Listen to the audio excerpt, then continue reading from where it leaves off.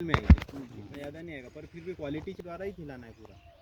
अपन ये नहीं कि उसमें कुछ भी बैक्टीरिया डाल दो, वो काम नहीं है पूरा। मतलब इसमें अर्थों में बहुत क्वांटिटी है, पर अभी मतलब ताज़ा बनाई है पूरा बेड, वो अभी इसमें थोड़ा सा इधर से उधर है।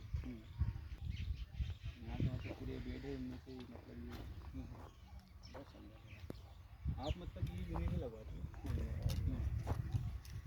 यूपी से हरियाणा से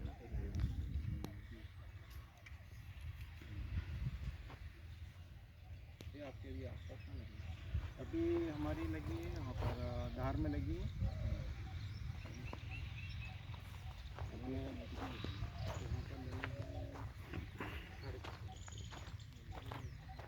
वो तो गवर्नमेंट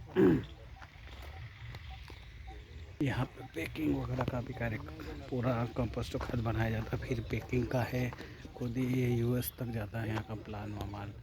बहुत ज़बरदस्त ये मटेरियल पका हुआ निकाल रहे हैं।